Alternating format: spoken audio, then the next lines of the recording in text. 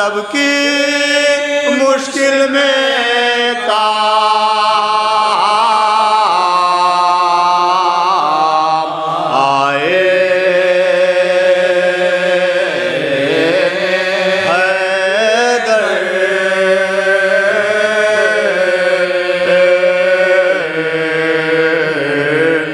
شاہ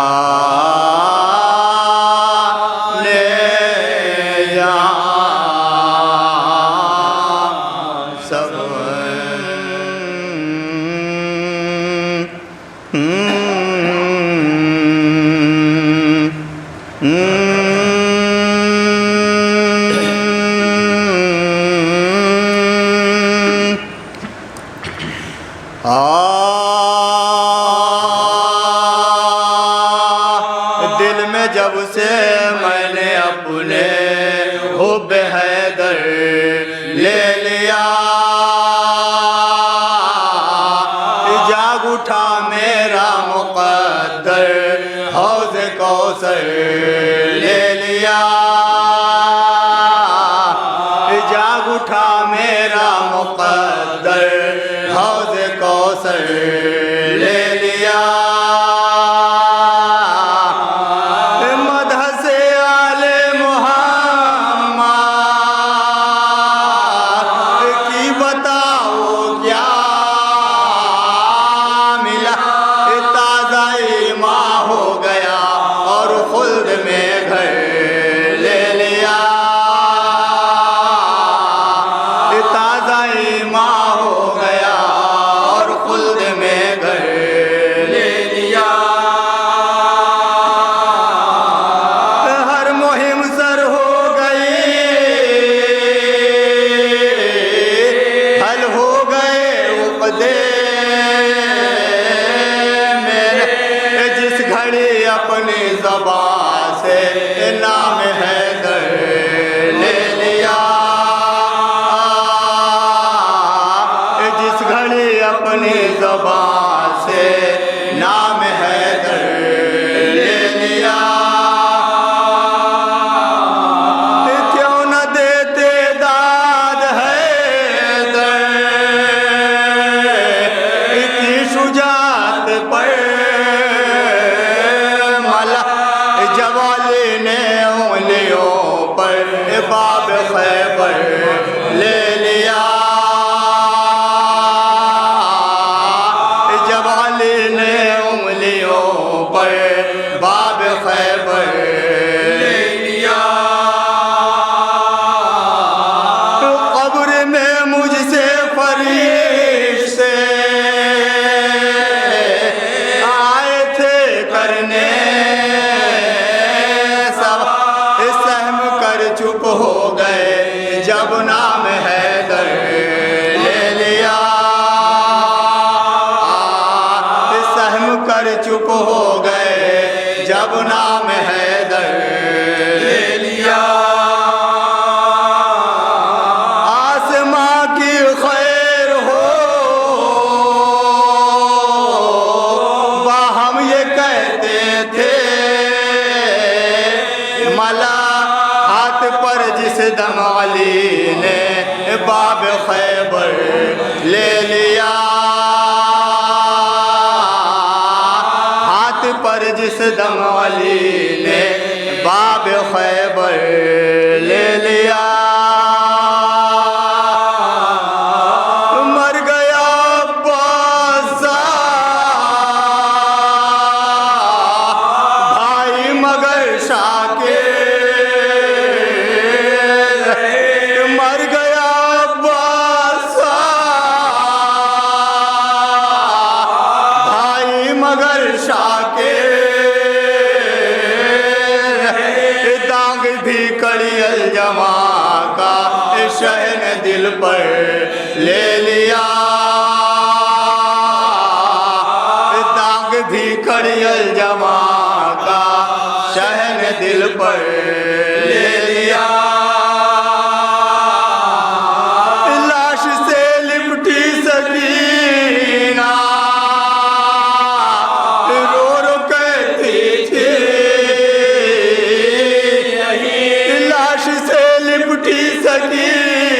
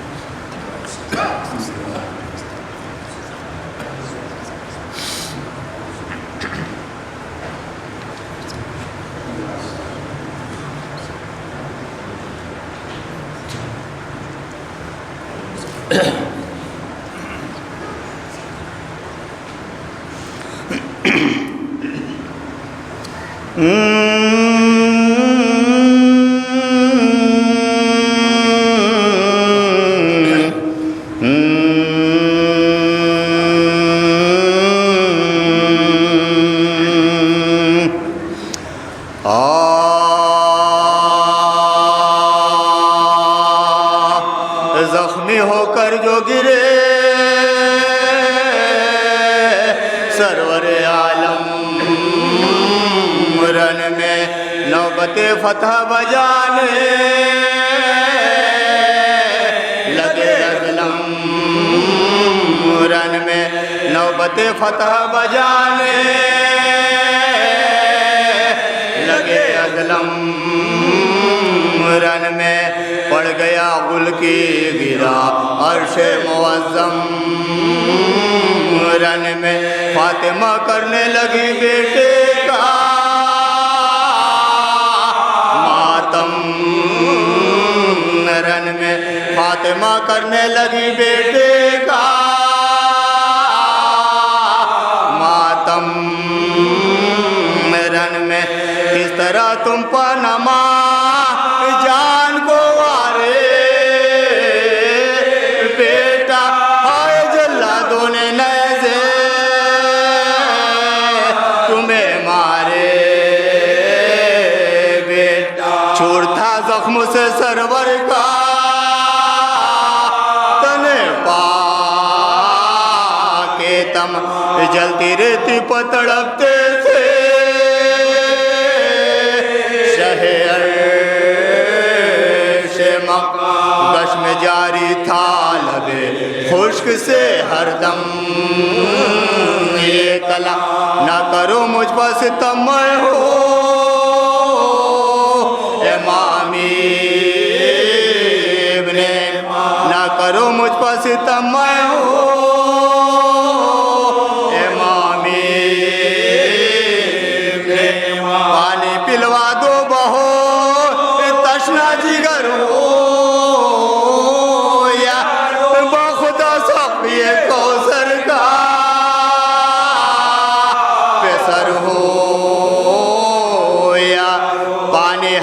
کو بھی دیتے ہیں دمیزہ بابلا میں ہوں 3 شب و روز کا بھوکا پیاس ایک ساغر سے نہ ہو جائے گا خالی دریا تم جفا کرتے ہو اور میں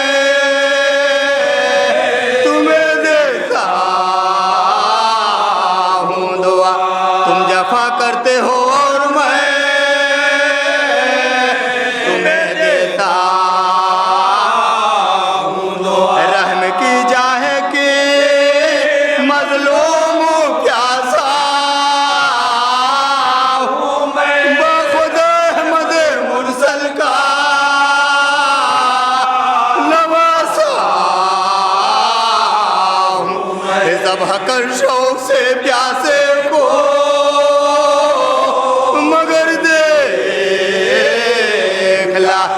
شکل عباس مجھے نظر دے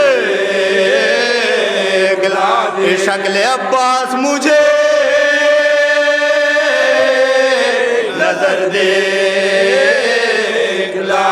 خون میں تر شیر کا لاشا ہے کدھر دے مرتے دم پھر مجھے تصویریں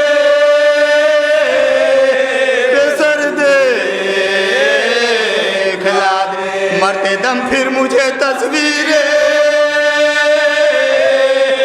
سر دے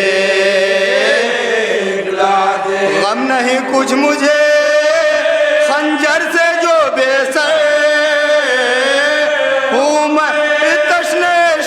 دیدار برادر ہوں پھر سوئے نہر پکارے برادر دیکھو شمر حسین پاپا سے دلاور کبھی فرماتے تھے بیٹا علی اکبر بوسگاہ نبوی ہے تہ خنجر بوسگاہ نبوی ہے تہ خنجر خاک سے اٹھ کے میرا درد بٹا لو بے شمر کے ظلم سے بابا کو بچا لو بیٹا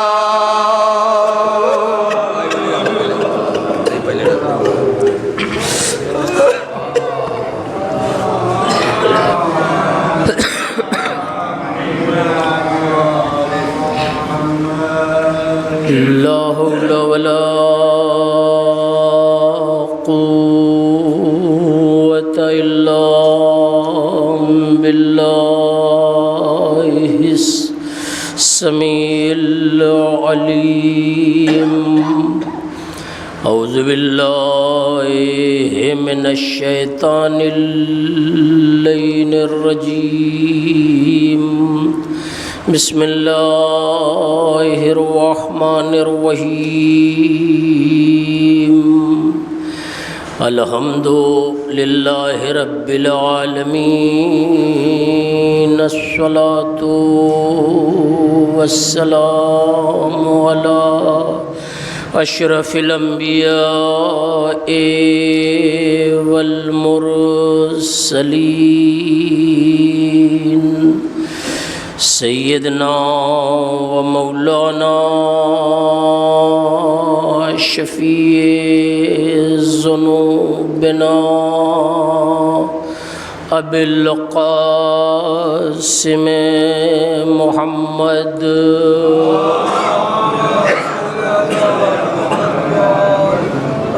وآلہ الطیبین الطاہرین الذین اذہب اللہ عنہم الرجس وطہرہم تطہیرا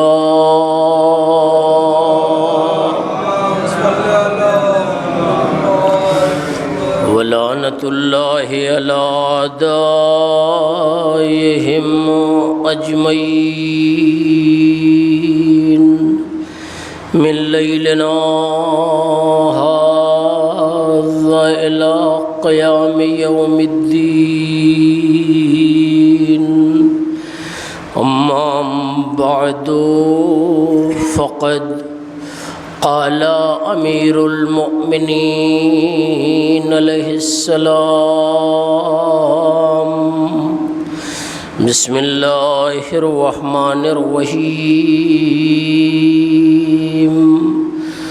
قیمت کل امرئ ما احسن صلوات پڑھتے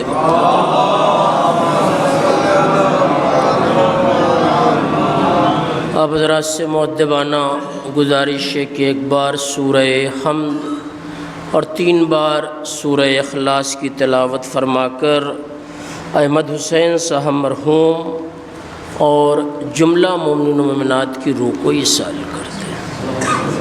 بسم اللہ الرحمن الرحیم الحمدللہ رب العالمین الرحمن الرحیم مالک یوم الدین ایاک نعبد و ایاک نستعین اهدنا الصراط المستقیم صراط الذین انعمت علیہم غیر المغضوب علیہم ولا الضالین بسم اللہ الرحمن الرحیم قل هو اللہ احد اللہ الصمد لم یلد ولم یولد ولم یکن له كفوا احد بسم اللہ الرحمن الرحیم قل هو اللہ احد اللہ الصمد لم یلد ولم یولد ولم یکن له كفوا احد اللهم صل علی محمد اللهم صل علی محمد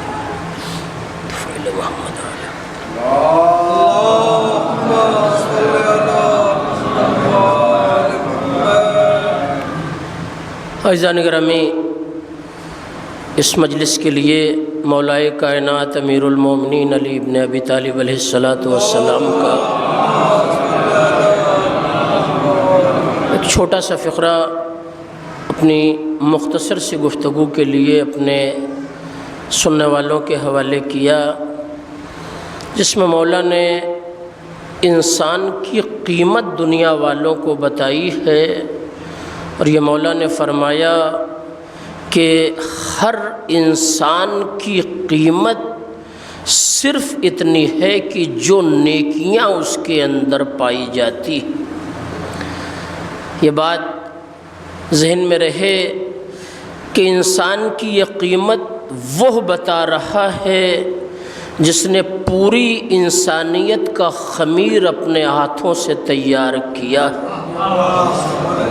وہ مولا فرماتے ہیں کہ قیمت و کل امرئ، ہر انسان کی قیمت ما احسنا، جو نیکیاں اس کے اندر پائی جاتی ہیں وہی اس کی قیمت ہے۔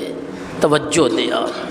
اب ظاہر ہے کہ نیکیوں کی ہماری شریعت میں ایک طویل فہرست ہے، سب کے بیان کرنے کا وقت نہیں ہے، صرف چند لفظیں ابتدائے مجلس میں تمہیداً اس لیے بھی پڑھ دی جائے کہ مرنے والا اللہ نے اس سے خصوصیت یہ عطا فرمائی تھی کہ وہ حسین کا نوحہ خاں تھا، اور اسی حیثیت سے مرحوم اپنی بستی میں یا باہر پہچانے جاتے تھے۔ تو اب ظاہر ہے کہ نیکیوں کی ایک لسٹ ہے، نیکیوں کی ایک فہرست ہے، سب کا سنانا مقصد نہیں ہے۔ نماز بھی ایک بہت بڑی نیکی ہے، روزہ بھی ایک بہت بڑی نیکی ہے، حج بھی بہت بڑی نیکی ہے، دیگر اعمال صالحہ بھی بہت بڑی نیکی ہے، مگر میرے اپنے اعتبار سے ہر نیکی میں اور نوحہ خوانی جیسی نیکی میں ایک بنیادی فرق یہ ہے کہ اگر یہ نیکی پیدا ہو گئی تو مادر حسین بھی دعا دیا کرتی ہے۔ ایک صلوات پڑھ دے محمد اور آل محمد۔ آپ لوگ ذرا سا آگے آ جائیں بیٹے، پیچھے جگہ بچی نہیں ہے، تھوڑا سا آگے آ جائیں، ایسے آ جائیں بیٹے، آپ لوگ ادھر آ جائیں، اس طرف آ جائیں گے۔ ایک اور صلوات پڑھ دے محمد اور آل محمد۔ تو یوں تو دنیا میں بہت سی نیکی پائی جاتی ہے اور نیکیوں کا ایک انبار ہے، مگر واقعی میری نظروں میں اگر دیکھا جائے تو نیکی کا جو مرحلہ عزاداری سے تعلق رکھتا ہے اس کی نوعیت بالکل الگ ہے، مگر شرط یہ ہے کہ خلوص پایا جائے، ریاکاری نہ پائی جائے، تصنع نہ پایا جائے، بناوٹ نہ پائی جائے۔ بڑا قیمتی فقرہ ابتدائی مجلس میں آپ کے حوالے اپنے اعتبار سے کرنا چاہتا ہوں، کوئی ضروری نہیں کہ فقرہ آپ کے اعتبار سے بھی قیمتی ہو۔ یاد رہے کہ آج بھی کربلا میں ہے، کربلا وہاں سے نکل کر ہماری بستی میں نہیں آئی۔ توجہ دیا، یہ بہت بڑا پیغام آپ کے حوالے کر رہا ہوں کہ آج بھی اصلاً اگر دیکھا جائے تو کربلا میں ہے، کربلا وہاں سے نکل کر ہماری بستی میں نہیں آئی ہے۔ دلیل کیا ہے؟ ہم کربلا سے غم لائے ہیں، کردار نہیں لائے ہیں۔ نہیں، میں نے پورا رخ آپ کے حوالے کر دیا۔ ہم کربلا سے عزاداری لائے ہیں، ہم کربلا سے نوحہ خوانی لائے ہیں، ہم کربلا سے سینہ زنی لائے ہیں، ہم کربلا سے ظاہر ہے کہ ماتمداری لائے ہیں، یہ سب ہم کربلا سے لائے ہیں۔ ہم کربلا سے سیرت نہیں لائے ہیں۔ کیوں؟ دلیل کیا ہے کہ ہم کربلا سے خالی غم لائے ہیں۔ کربلا میں ہے، ہمارے شہر میں نہیں آئی، ہماری بستی میں نہیں آئی، ہمارے سماج میں نہیں آئی۔ کربلا کی سب سے بڑی دلیل نہ آنے کی ہے کہ ہم کردار میں کربلا رائج نہ کر پائے۔ اگر ہم کربلا سے کردار لاتے تو حر کی طرح معافی مانگنے کا جذبہ پیدا ہوتا، حسین کی طرح معاف کرنے کا جذبہ بھی پیدا ہوتا۔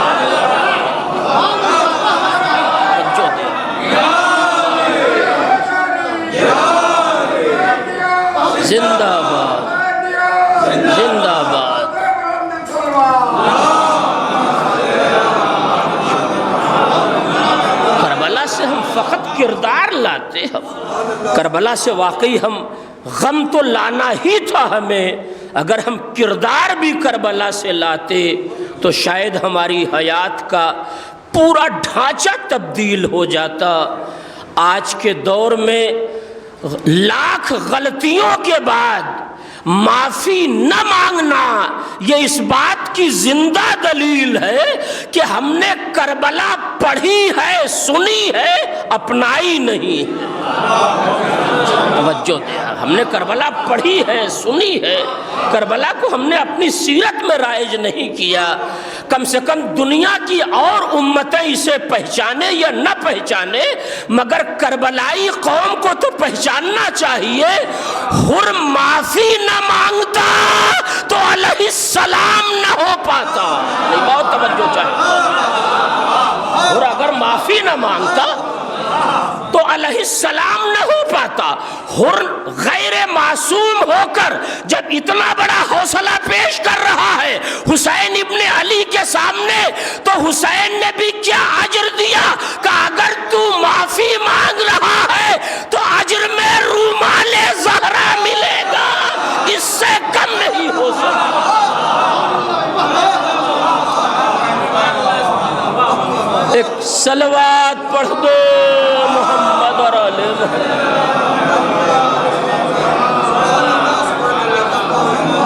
توجہ دینا، لہذا چند فقرے ظاہر کے تبرکن مجھے اس منظر سے آپ کے حوالے کرنا تھا کہ کربلا ہمارے کردار میں رائج ہو جائے تو ہم دشمن کے حصے کا پانی چھین نہ لیں، دشمن کو پانی پلا دیں۔ یہ محاورہ نہ استعمال کری سمجھیے گا، لیکن پانی پلانا اور بھی ایک معنی میں چلا جاتا ہے۔ اپنے حصے کی ضروریات کی چیزیں بھی اپنے دشمن کے حوالے کر دیں۔ کربلا اسی کا مطالبہ کر رہی ہے کہ اگر تم ہمارے ہو تو ہماری سیرت کو اپناؤ۔ توجہ دے، آپ اب یہاں سے دو تین فقروں پر مشتمل یہ پوری مجلس اپنے سننے والوں کے حوالے کرنا چاہتا ہوں۔ آپ ایسے بھی میرے مزاج سے اچھی طرح باخبر ہیں کہ 40 سے 45 منٹ کے اندر گفتگو کو مکمل کر دیتا ہوں۔ یہ علماء کرام بیٹھے ہیں، میں ان کا شکر گزار ہوں کہ ان کی وجہ سے خود میری اپنی اصلاح ہو جائے گی، اور اسی کے لیے میں حاضر ہوا ہوں۔ ایک اور صلوات پڑھ دیں محمد اور آل محمد۔ اصل میں کربلا کا پورا ڈھانچہ ہم نے بدلا۔ ہم نے سے مراد کیا ہے؟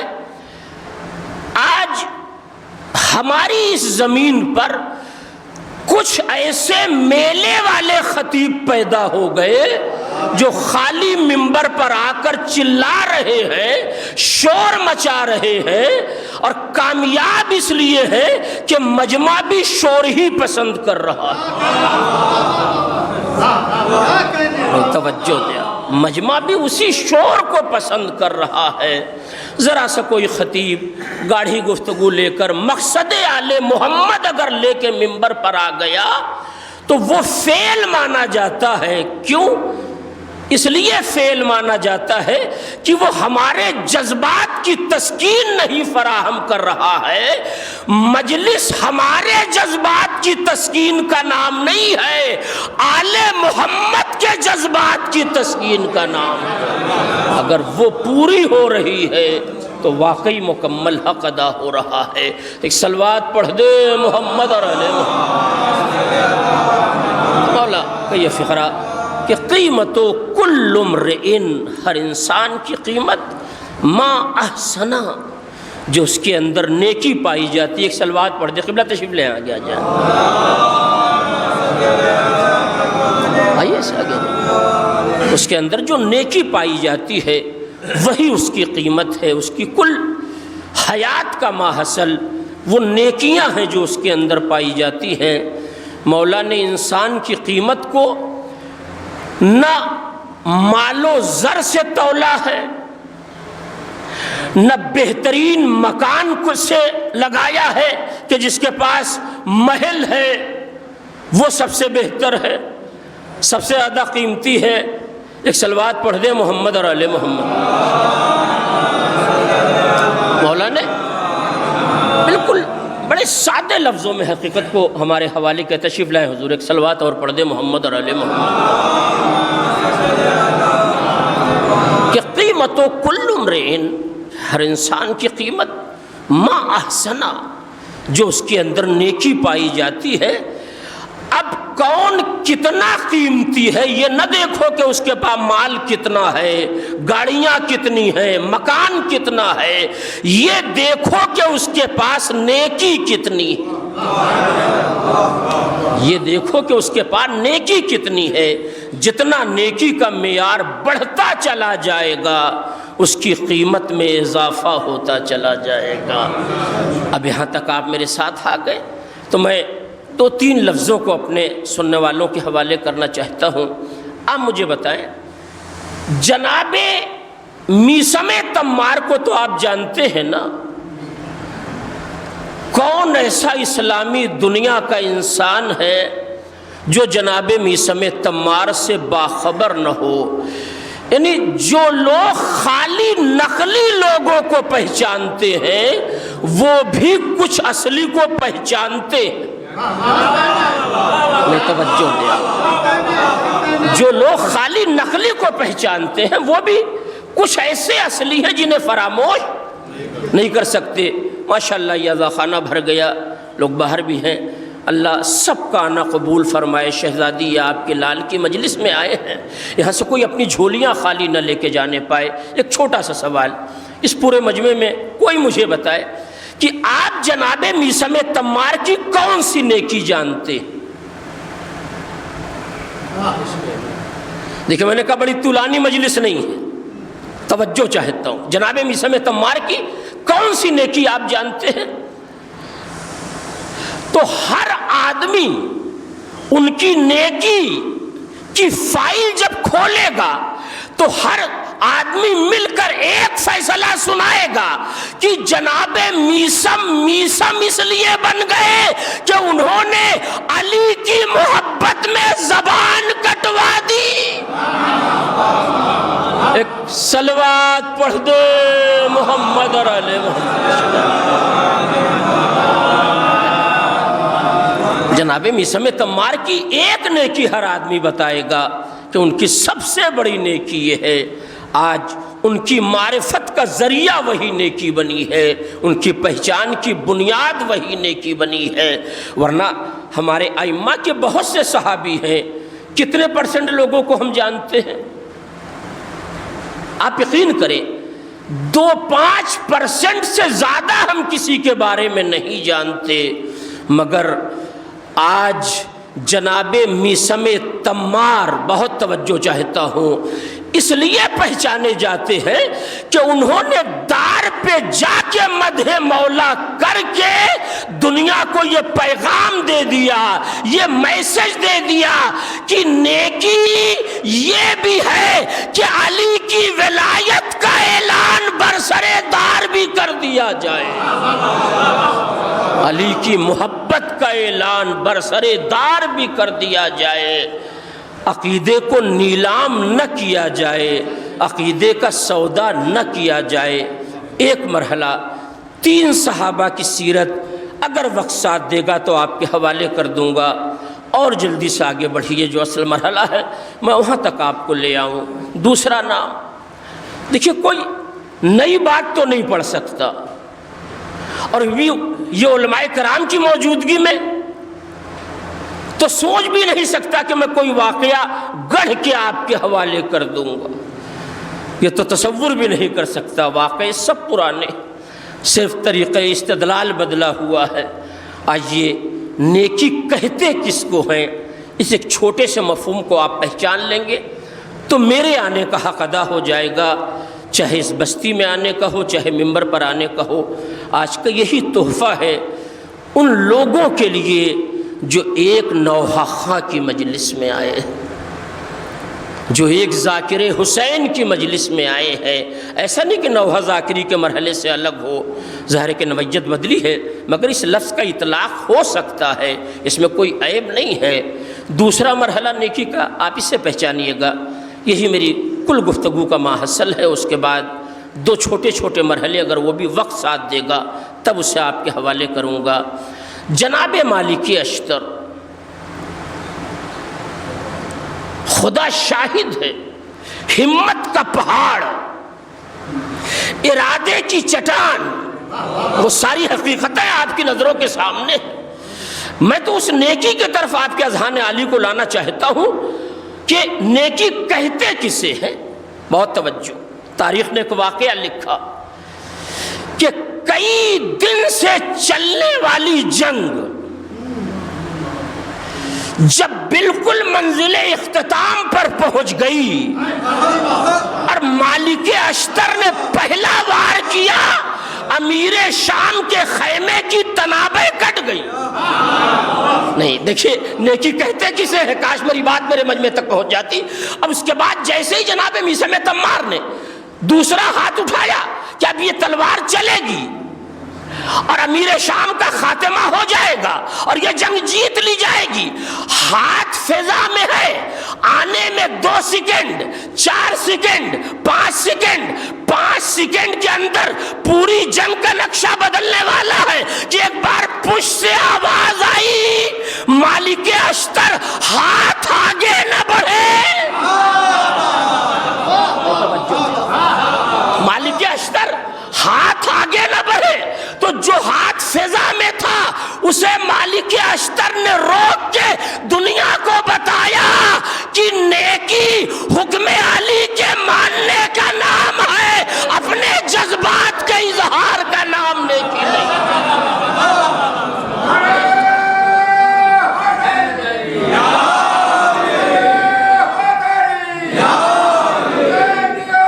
زندہ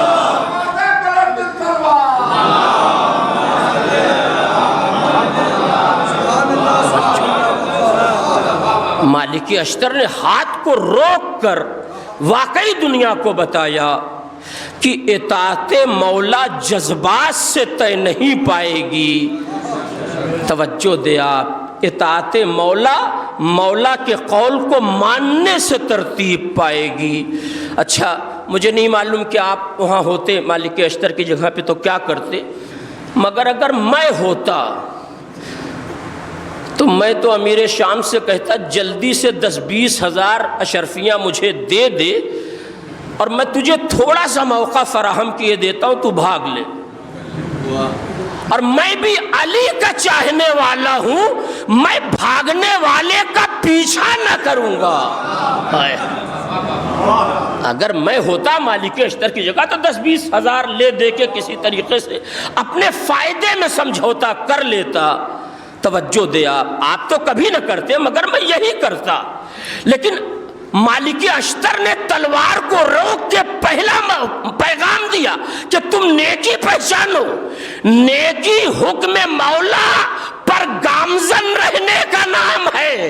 ہائے ہائے، نہیں آپ توجہ دیں، آج کے دور میں جناب ایک ذاکر ایک نقطہ تیار کرتا ہے، چاہے اس میں زیادہ تر لفظیں کسی دوسرے خطیب کی ہوں، اور اب اسے اگر رسپانس نہیں ملتا، یعنی مجمع نعرہ نہیں لگاتا، واہ واہ نہیں کرتا، تو ایسے جذبات پامال ہوتے ہیں کہ وہ باقاعدہ ایسی لفظوں کا استعمال منبر سے کرنے لگتا ہے کہ صاحب ادھر والے حلالی ہونے کا ثبوت نہیں دے رہے ہیں، ادھر والے مولائی ہونے کا ثبوت نہیں دے رہے۔ کیوں؟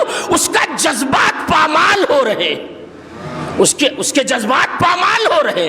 حالانکہ جتنی دیر پیشخانی ہو رہی تھی موصوم میں دیکھتا رہا، نیچے بیٹھے موبائل چلاتے رہے، اپنے ایک بار بھی حلالی ہونے کا ثبوت نہ دیا۔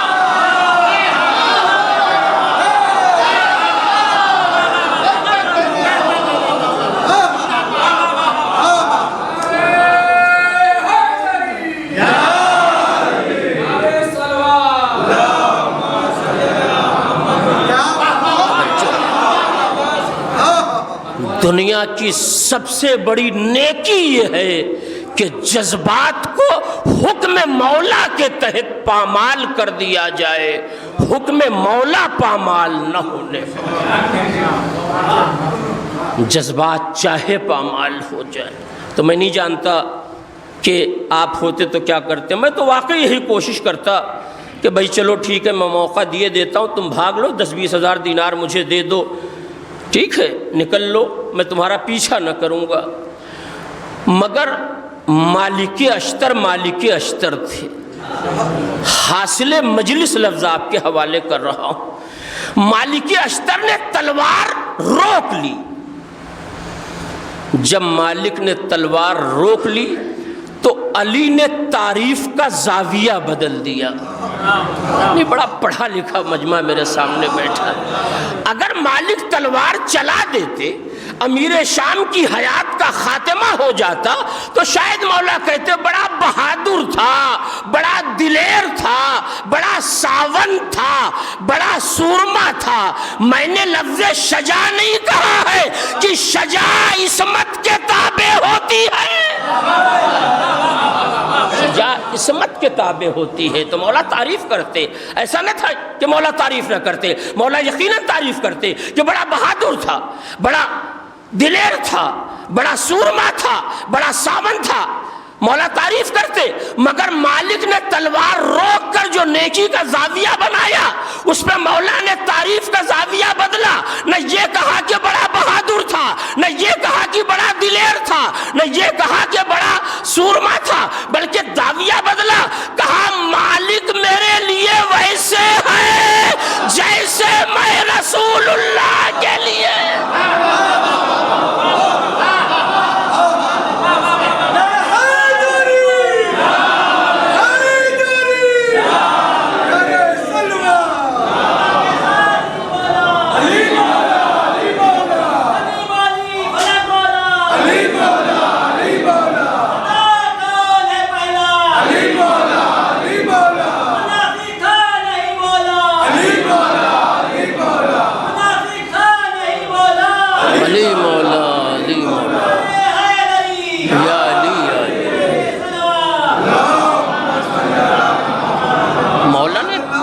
کا زاویہ بدل کر کیا حق ادا کر دیا۔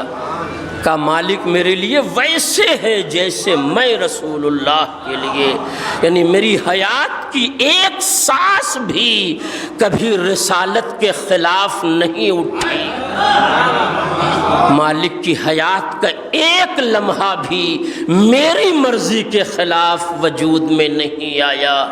جب یہ کمال پیدا ہوتا ہے تب انسان ما احسنا کی منزل میں آتا۔ اب آپ آئیے، یہاں تک آپ نے بڑی داد دے دی، بڑا نعرہ لگا دیا، میں خوش ہو گیا کہ میں خطیب نہیں بلکہ خطاب ہوں۔ ٹھیک، میں بہت مطمئن ہو گیا کہ اس وقت اس علاقے میں مجھ سے بڑا کوئی خطیب نہیں ہے، میں نے سب مان لیا۔ اب آپ آئیے، اس پوری مجلس کا وہ قیمتی رخ آپ کے حوالے کر رہا ہوں روایت کے تناظر میں۔ ٹھیک ہے، احسنہ کی جو لسٹ کتابوں میں نے دیکھی، اس میں پہلی چیز کا نام ہے علم۔ کیا ہے؟ علم نہیں۔ اچھا، گجرات وغیرہ میں لفظ علم بڑی آسانی سے لوگ سمجھ جاتے ہیں، لیکن اتنی بار حلیم کھائے رہتے ہیں، چونکہ حلیم ہمارے علاقے میں بہت زیادہ رائج نہیں ہے، لہذا اس لفظ کی وضاحت کرنی پڑتی ہے۔ پہلی منزل ہے علم کی، بقیہ اور ساری چیزیں بات کی ہیں۔ اب یہ بھی ایک مجلس ہے کہ کیوں صاحب روایت نے احسنہ کی منزل میں علم کو آگے رکھا، علم کو پہلے رکھا، بس یہی آخری بات ہے جو آپ کے حوالے کر رہا ہوں۔ کیسے، کیوں علم کو آگے رکھا؟ بقیہ ساری ایک لسٹ ہے، کئی چیزیں ہیں جو برابر پڑھی جاتی ہیں اور آپ سنا کرتے ہیں۔ علم کہتے ہیں قوت برداشت کو، ٹھیک ہے، قوت برداشت کو۔ آج کے دور میں ذاکر منبر پر آتا ہے تو وہ سامعین کے دلوں کی بات کو نہیں جانتا، سامعین ذاکر کے دل کی بات نہیں جانتے، اس لیے وہ سمجھتے ہیں کہ ایک دوسرے کو بیوقوف بنا رہے ہیں۔ نہیں، میں ان حقیقتوں کا اظہار منبر سے کر دیتا ہوں، توجہ چاہتا ہوں، کیوں؟ دل کے راز سے واقف نہیں ہے۔ اگر آپ کو یہ معلوم ہو جائے کہ آپ کے لیے میرے دل میں کیا ہے تو شاید دوبارہ آپ بلائیں ہی نہ مجھے. ٹھیک ہے. ایک صاحب مجلس میں نعرہ لگا رہے تھے بہت زیادہ، میں ہی مجلس پڑھ رہا تھا، تو جب جا کے میں کمرے میں بیٹھا تو باہر ایک صاحب ان سے پوچھنے لگے، انہیں شاید یہ بھی نہیں اندازہ تھا کہ مولانا بالکل قریب میں بیٹھے ہیں اور آواز وہاں تک جا رہی ہے. کہنے لگے صاحب آپ کی سمجھ میں کیا آ رہا تھا کہ آپ نعرہ لگا رہے تھے؟ کہیں ہم تو سمجھے نہیں کہ مولانا نے کیا پڑھا. کہیں پھر یہ نعرہ کس بات کا تھا؟ کہ وہ تو مولانا کی تسلی کے لیے لگا رہے تھے کہ ہماری بستی سے مایوس نہ جائیں. توجہ دیا. تو چونکہ ہم ایک دوسرے کے دل کی باتوں کو سمجھ نہیں پاتے اس لیے ایک دوسرے کو برداشت کرتے ہیں. بہت توجہ چاہتا ہوں، یہ تنہا شرف اللہ نے آل محمد کو دیا ہے کہ امت کے قلبی راز سے بھی واقف ہے مگر پھر بھی انہیں برداشت کیا. یہ کمال دنیا میں کرتے پوری امت کے راز سے واقف ہونے کے باوجود بھی برداشت کرنا یہ کوئی معمولی مسئلہ نہیں ہے. آپ کہیں گے صاحب یہ تو بڑی آزاد خطابت ہے، آپ نے یہ کیسے کہہ دیا؟ تو اس کی دلیل بھی آپ کے سامنے ہے جو ایک نہیں 1,00,000 بار کی سنی ہوئی ہے. مولا نے سر پہ ضربت لگنے سے پہلے ابن ملجم سے کہا تھا کہ تو ہی میرا قاتل ہے. ہائے ہائے. اور اتنا جاننے کے بعد بھی علی کا ابن ملجم کو برداشت کرنا اسی کا اصل مرحلہ حلیم ہونا ہے کہ اتنی قوت برداشت پائی جاتی ہے. آئیے آخری بات میں نے کہا نا کہ بالکل یہ مجلس کا نچوڑ ہے، موعظے کے نام پر، نصیحت کے نام پر، پیغام کے نام پر، کہ ظاہر ہے کہ میرے قوم کے بچوں تک یہ میسج پہنچ جائے. یہ تصور باقی رہنا چاہیے کہ یہ دنیا کی کرنسی فانی ہے. اگر اللہ نے یہ موقع فراہم کیا ہے کہ منبر پر آ رہے ہو تو مقصد آل محمد کو بھی یاد رکھنا، اسے بالکل فراموش نہ کرنا.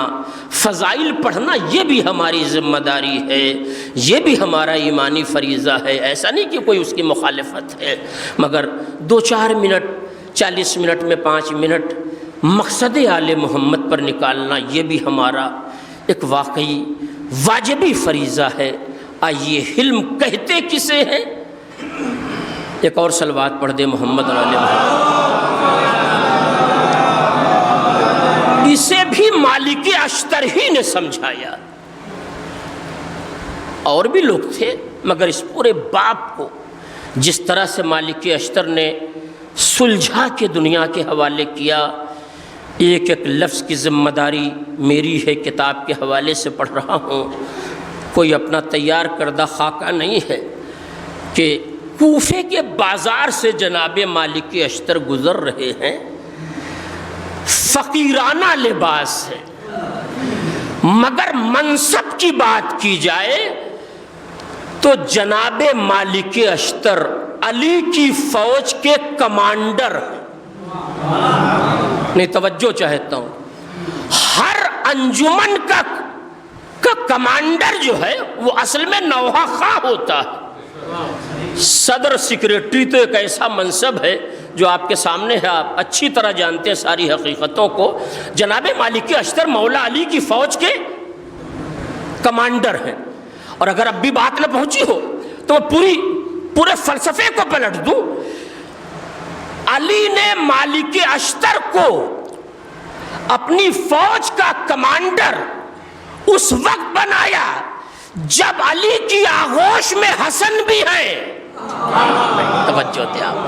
علی کی آغوش میں حسین بھی ہے، علی کے پاس عباس جیسا لال بھی ہے، یہ سارے لوگ ہیں، مگر ایسے عالم میں انہیں فوج کا کمانڈر بنا کر علی نے پوری دنیا کو بتایا کہ اگر امت میں کوئی باصلاحیت ہو تو اسے آگے کرنا، اولاد کو آگے نہ بڑھانا.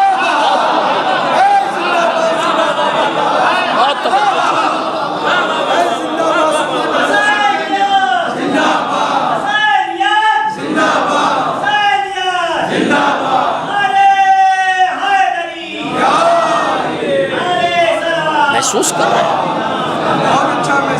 امام حسن اور امام حسین کی حیات میں مولا علی نے مالک اشتر کو فوج کا کمانڈر بنایا۔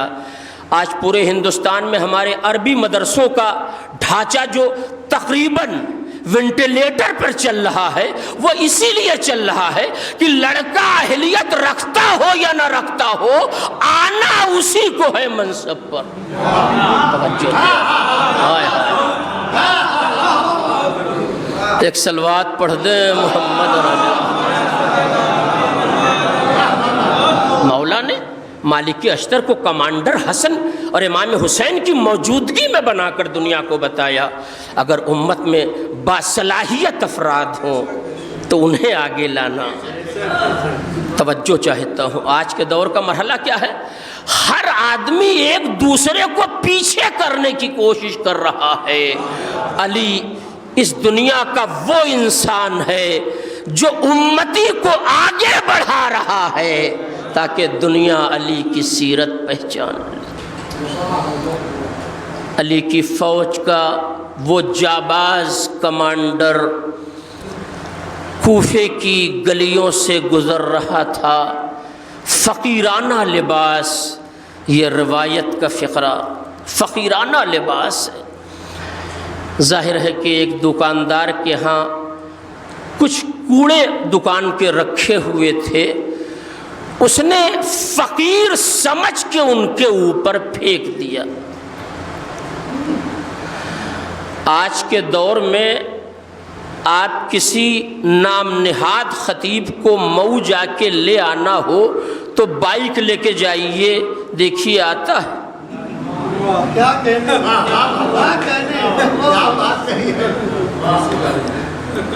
بائک لے کے جائیے، دیکھیے آتا ہے۔ وہ کہے گا آپ نے فاتحہ ہی جب خراب کر دیا تو مجلس چلے گی کیسے؟ توجہ دے گا۔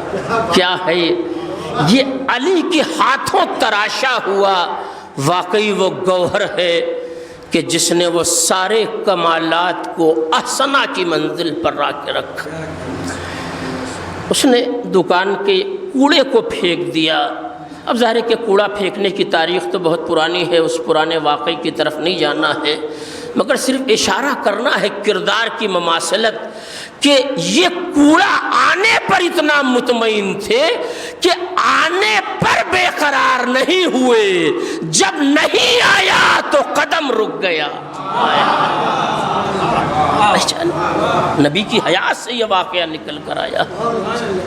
جناب مالک اشتر نے ایک بار اپنے فقیرانہ لباس پر جو کوڑے آئے تھے اسے جھاڑا، اس کی طرف دیکھا اور آگے بڑھ گئے۔ اب یہ ظاہر ہے کہ گھوسی اور شیولی کی زبان استعمال کر رہا ہوں، خالی مالک اشتر اسے ایک ہاتھ مار دیتے تو فاتحہ ہونا طے تھا۔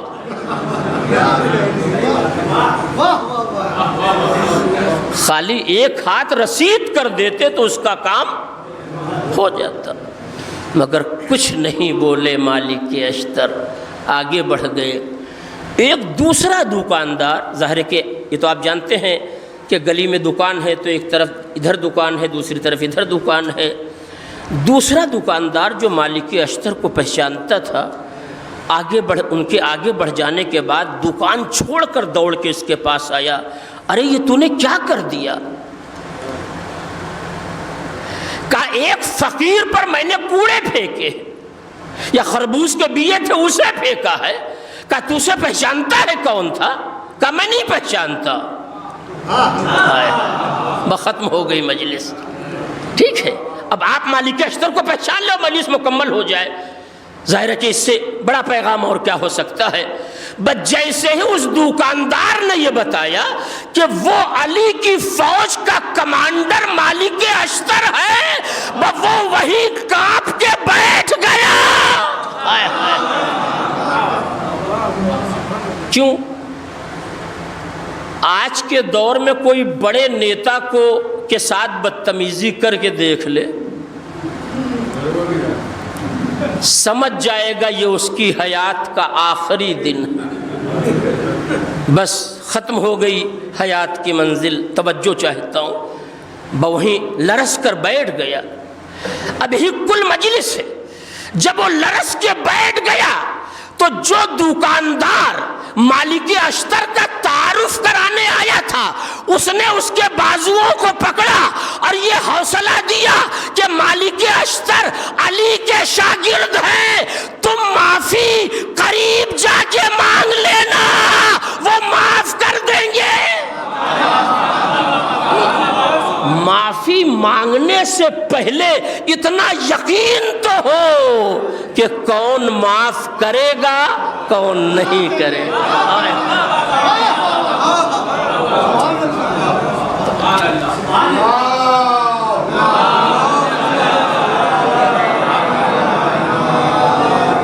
ٹھیک ہے، کون معاف کرے گا کون نہیں معاف کرے گا، معافی مانگنے سے پہلے اس کو اتنا یقین تھا کہ تم جا کے معافی مانگ لو، تمہیں معاف کر دیں گے۔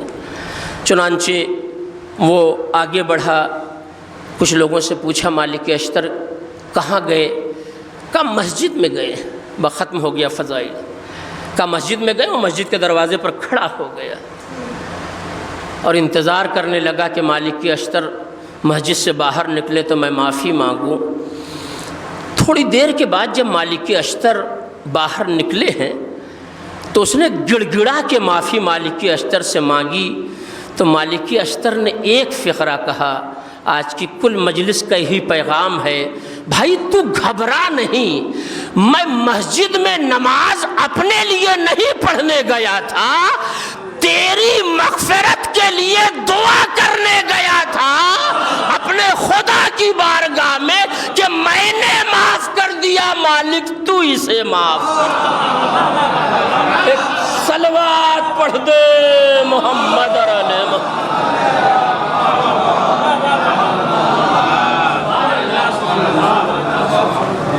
آپ مجھے بتائیں آج کے دور میں ایسا کوئی حلیم بردبار منکسر مزاج انسان مل سکتا ہے؟ نہیں ملے گا۔ اب کیوں نہیں ملے گا یہ بھی پڑھ دوں۔ اس لیے نہیں ملے گا آج کے دور میں کہ اہل بیت کا گھرانہ سامنے نہیں ہے۔ ہائے ہائے، اگر اہل بیت کے گھرانے کے وہ افراد ہمارے سامنے ہوتے تو آج بھی ویسے انسان ملتے۔ کردار گفتار سے نہیں بنایا جاتا، کردار کردار سے بنایا جاتا۔ ختم ہو گئی مجلس۔ کردار کردار سے بنایا جاتا ہے۔ یہ وجہ ہے کیوں ہماری زبان میں اثر نہیں ہے کہ ہم منبر پر آن کر بیٹھتے ہیں تو بڑی میٹھی میٹھی بات کرتے ہیں، جب اپنی ذات پر معاملہ آتا ہے تب سمجھ میں آتا ہے کہ کون کتنا منکسر مزاج۔ توجہ دیں، پروردگار محمد اور آل محمد کے صدقے میں ہم سب کو سیرت مالک اشتر پر چلنے کی توفیق کرامت فرمائے۔ یہی آج کی کل مجلس کا پیغام ہے کہ اگر واقعی ہم نے کربلا سے سیرت لی ہوتی تو آج ہماری بستیوں کا نظام بالکل الگ ہوتا، آج ہمارے سماج کا نظام بالکل الگ ہوتا۔ بہرحال یہی کم شکر نہیں ہے پروردگار کا کہ اگر ہمیں کردار ہم نہیں لے پائے تو کم سے کم وہ غم تو ہم نے لے لیا، وہ رخ تو ہم نے لے لیا کہ جس کی بنیاد پر ہمارے جیسے غیر معصوم انسان کو بھی وہ بیوی دعا دیتی ہے جو مادر حسنین ہے، جو بنت پیغمبر ہے۔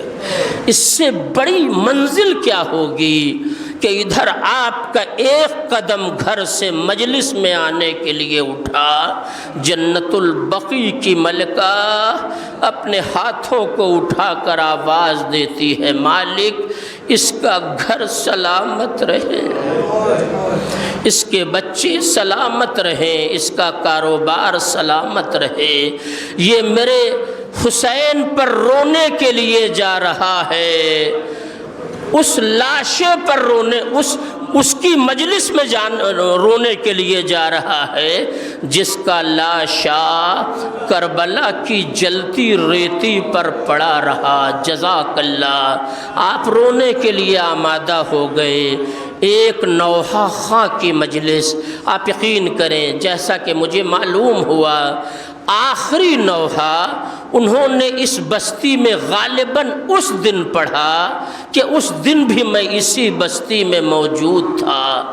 28 رجب کو انہوں نے نوحہ پڑھا۔ اے شہزادی، ان کے اس آخری نوحے کو آپ قبول کر لیجئے بی بی۔ یہ چاہنے والوں کا مجمع ان کے لیے بلک رہا ہے۔ اعزاء، اقربا، اولاد، چاہنے والے تڑپ رہے ہیں۔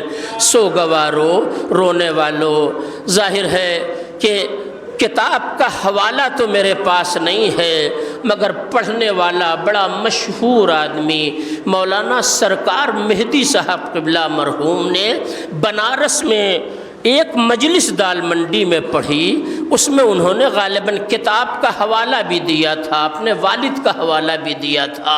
وہ بہت بڑے عالم دین تھے کہ جب ہمارے ہاں میت کو تیار کیا جاتا ہے تو پنجتن آتے ہیں، علی آتے ہیں، حسن آتے ہیں، حسین آتے ہیں، پیغمبر آتے ہیں، اور جب زہرا آتی ہے اور کفن میں لپٹی ہوئی میت کو دیکھتی ہے تو ایک بار رخ کربلا کا کرتی ہے، اے میرے لال حسین، اے بیٹا تجھے کربلا میں کفن بھی نہ ملا۔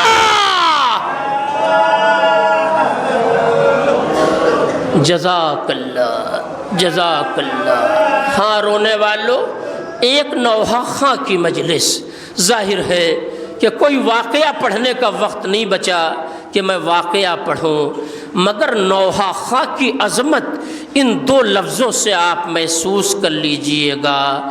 ظاہر ہے ناصر الدین شاہ ایران کی بڑی مشہور و معروف شخصیت جو بڑی مجلسیں کیا کرتے تھے، ظاہر ہے ذکر مولا کا اہتمام کیا کرتے تھے۔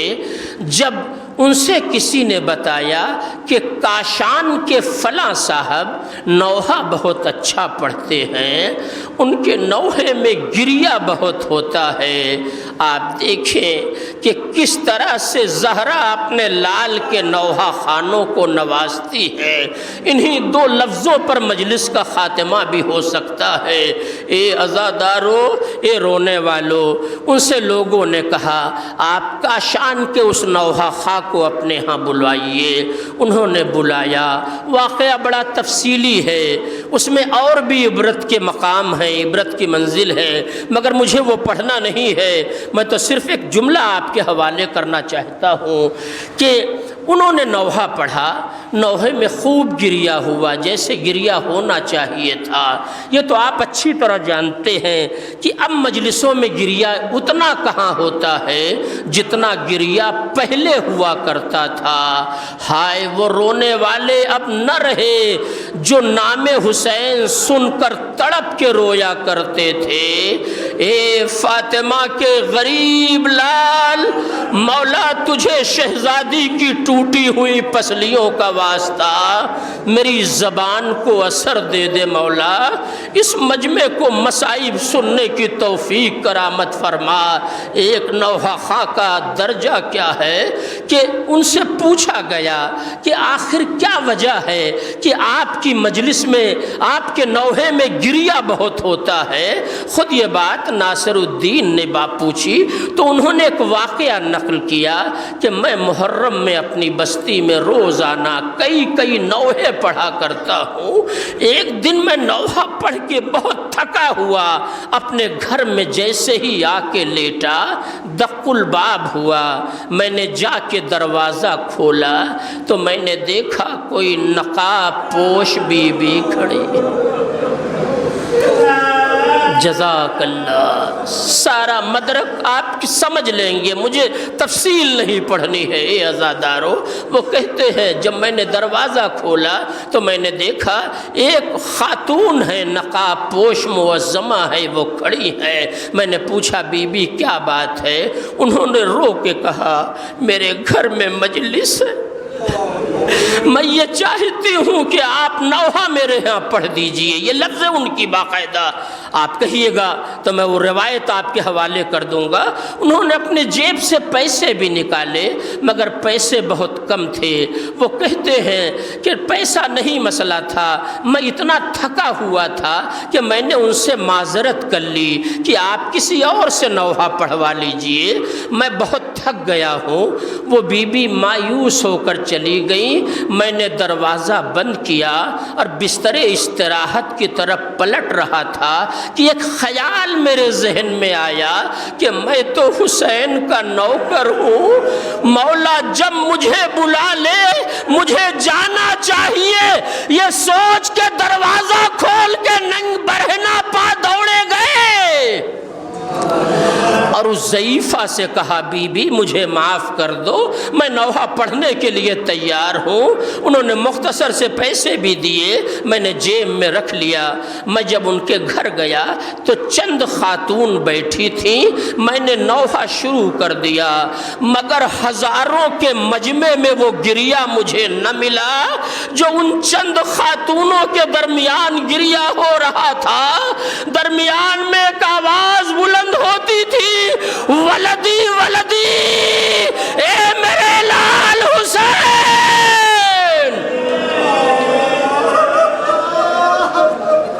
جزاک اللہ، جزاک اللہ. خدا رحمت نازل فرما ان آوازوں کے اوپر. آپ کی آواز گریہ بلند ہو گئی، وقت مکمل ہو گیا، مجلس ختم ہو گئی. آپ نے اندازہ کیا ایک نوحہ خاں کو زہرا نے کس طرح سے نوازا. اے شہزادی، آپ کو آپ کے لال حسین کا واسطہ، یہی شرف آج کے دور کے نوحہ خانوں کو عطا کر دے. ہاں رونے والوں، ختم ہو گئی مجلس. آخری لفظ، پوری روایت نہیں پڑھوں گا، بلبل بوستان مہدی کا رائٹر اس فقرے کا ذمہ دار ہے. بڑی طولانی روایت ہے مگر اسے نہیں پڑھنا ہے. آخری لفظ ہے، یہ 2-3 لفظ ہیں، اسی پر مجلس کو مکمل کر دوں گا. عباس مازندرانی قافلہ لے کر کربلا جاتے تھے. ایک بار یہ قافلہ لے کر کربلا گئے. آج کا دور نہیں، میں پھر جملہ دہرا رہا ہوں، ایک نوحہ خاں کی مجلس ہے، حق کے گریہ ادا ہو چکا ہے. آخری لفظ ہیں، شہزادی اسے قبول کر لیں، آپ کو آپ کے لال علی اکبر کا واسطہ، آپ کو آپ کے لال حسین کا واسطہ، آپ کو آپ کے لال عباس کا واسطہ. حسین کی قبر پر جب زائرین کا قافلہ پہنچا تو کچھ لوگوں نے عباس مازندرانی سے کہا اے عباس مازندرانی تم نوحہ پڑھو، ہم ماتم کرنا چاہتے ہیں. عباس مازندرانی نوحہ بہت اچھا پڑھتے تھے. انہوں نے کہا ٹھیک ہے میں نوحہ پڑھنے کے لیے تیار ہوں، مگر کسی نے کہا کہ حسین جب وقت رخصت خیمے میں آئے اس حال کا کوئی نوحہ ہو تو پڑھے. کسی نے کچھ کہا تو ایک مرتبہ طے پایا بیاس کھولی جائے، جو نوحہ نکل آئے گا یہ سمجھا جائے گا حسین اس نوحے کو پسند کر رہے ہیں. جزاک اللہ. اے شہزادی زینب، آپ کے روضے میں یہ مجلس ہو رہی ہے. بی بی آپ آنے والوں کو یہاں سے خالی ہاتھ نہ پلٹائیے گا، اس مجلس کا مکمل حق انہیں اجر دیجیے گا. اے عزادارو، بیاس کھولی گئی. سنو رات کا سناٹا، قبر حسین، جب بیاس کھولی گئی تو علی اکبر کے حال کا نوحہ نکل آیا۔ ختم ہو گئی مجلس، عباس مازندرانی نے نوحہ پڑھا، مجمع نے گریہ کیا، اس کے بعد یہ تھکا ہوا قافلہ خیمہ زن ہو گیا۔ جیسے ہی عباس مازندرانی سوئے، ایک مرتبہ خواب میں دیکھا کہ آقا حسین کا غلام خیمے میں آ کر مجھے بیدار کر رہا ہے۔ اے عباس مازندرانی، تم سو رہے ہو، تمہارے خیمے کے باہر زہرا کا لال کھڑا ہے، حسین تم سے ملنے آئے ہیں۔ عباس مازندرانی نے خواب کو بیان کیا کہ میں گھبرا کے خیمے سے باہر نکلا، مولا کے قدموں پہ سر رکھ دیا، مولا مجھے بلا لیا ہوتا، آپ نے کیوں زحمت فرمائی؟ حسین نے ایک فقرہ کہا، جو میری زیارت کو آتا ہے ہم خود اس کی زیارت کو آتے ہیں۔ عزاداروں، مجلس ختم ہو گئی۔ اس کے بعد عباس مازندرانی سے کہتے ہیں حسین کہ اب کبھی شب جمعہ میری قبر پر آنا تو علی اکبر کے حال کا نوحہ نہ پڑھنا۔ ہاتھوں کو جوڑا، آقا کیا ہو گیا؟ کہ ہر شب جمعہ میری ماں فاطمہ میری قبر پر آتی ہے، جب سے تم نے نوحہ پڑھا میری ماں کو غش آ گیا، ذرا سا غش سے فاقہ ہوتا ہے، ایک آواز آتی ہے، والی اکبرہ، والی اکبرہ۔ وَسَيَعْلَمُ الَّذِينَ ظَلَمُوا أَيَّ مُنقَلَبٍ يَنقَلِبُونَ إِنَّا لِلَّهِ وَإِنَّا إِلَيْهِ رَاجِعُونَ اللہم بحق الزہرا بیہا وبالہا وبنیہا۔ پروردگار تجھے واسطہ ہے محمد مصطفیٰ، ان کی ذریت طاہرہ کا ہم سب کو اعمال صالحہ کی دولت سے مالا مال کر دے۔ اے میرے کریم مالک، ہمیں اس مجلس سے خالی ہاتھ نہ پلٹانا، ہم سب کی دلی مرادوں کو برلا۔ اے میرے رحیم مالک، ہمیں سیرت آل محمد پر چلنے کی توفیق کرامت فرما۔ حالات اور زمانہ بڑا خراب ہوتا جا رہا ہے، ظلم و استبداد کی دنیا کو نیست و نابود کر دے۔ ایران اور شام کو اپنی خصوصی حفاظت فرما۔ اے میرے رحیم مالک، میرے کریم پروردگار، میرے مالک، اگر اس مجلس کا ہم کو اجر دینا چاہتا ہے ہم سب کو، تو ہم سب کی ایک خواہش ہے، ہم سب کو کربلا کی زیارت سے مشرف کر دے، اپنی آخری حجت کے ظہور میں تاجیل عنایت فرما۔ عند الظہور ہمیں اس لائق بنا دینا کہ ہم اپنے امام کے سامنے حاضر ہو سکیں۔ ربنا تقبل منا انک انت السمیع الدعاء۔ آپ حضرات سے گزارش ہے کہ ایک بار سورہ حمد اور 3 بار سورہ اخلاص کی تلاوت فرما کر احمد حسین صاحب نوحہ خواہ مرحوم اور دیگر جملہ مومنین و مومنات کی روح کو عیسیٰ دیں۔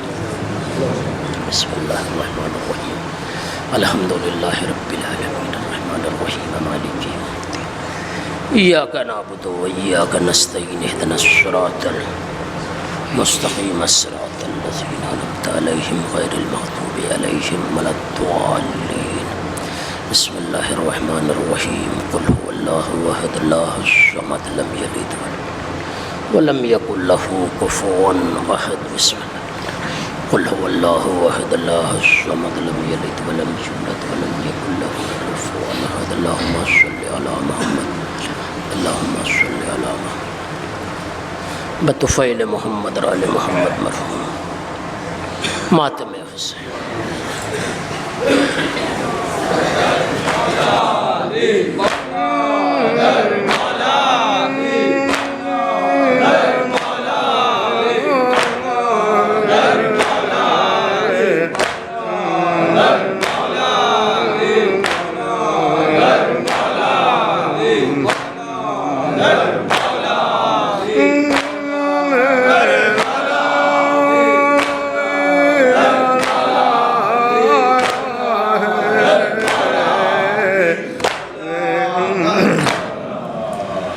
رن سے اکبر کا یا لاشا ہے رن سے اکبر کا یا لاشا ہے رن سے اکبر کا یا لاشا ہے رن سے اکبر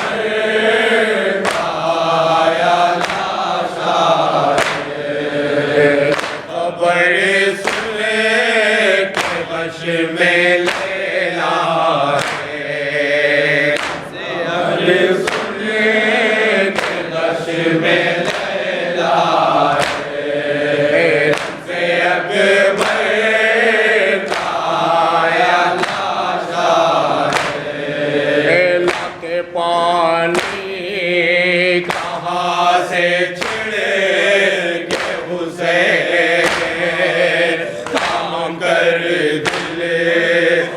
اپنے کرتے ہیں بیٹھ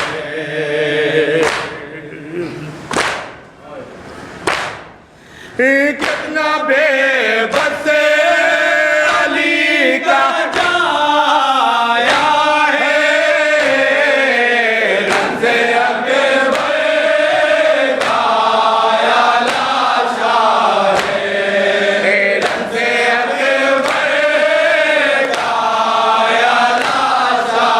ہے رن سے چونکی تو کچھ نہیں دیتا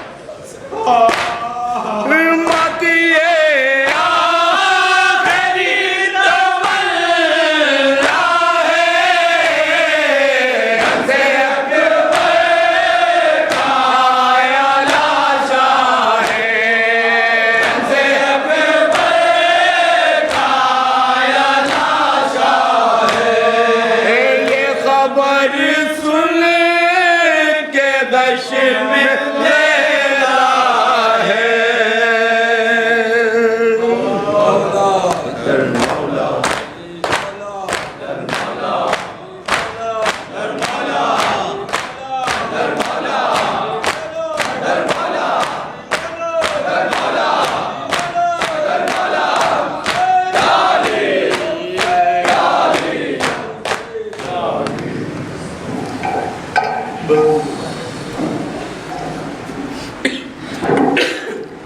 السلام علیکم یا رسول اللہ خاتم النبیین، السلام علیکم یا امیر المؤمنین سید الوصیین، السلام علیکم یا فاطمۃ و سیدۃ نساء العالمین، السلام علیکم یا حسن المجتبی، السلام علیکم یا ابا عبداللہ وعلی الارواح التي حلت بفنائک، علیکم منی جمیعا سلام اللہ ابدا ما بقیت وبقي الليل والنهار ولا جعله الله آخر العهد مني لزيارتكم. السلام على الحسين وعلى علي بن الحسين وعلى أولاد الحسين وعلى أصحاب الحسين ورحمة الله وبركاته. آپ حضرات سے گزارش ہے کہ مرحوم احمد حسین صاحب کے لیے اور ان کے والدین عرف مرحوم و صغرا مرحومہ کے لیے اور تمام مومنین و مومنات کے لیے ایک مرتبہ سورہ الحمد اور 3 مرتبہ سورہ توحید کی تلاوت فرما رہے ہیں. بسم اللہ الرحمن الرحیم الحمد للہ رب العالمین الرحمن الرحیم مالک یوم الدین ایاک نعبد و ایاک نستعین اهدنا الصراط المستقیم صراط الذین انعمت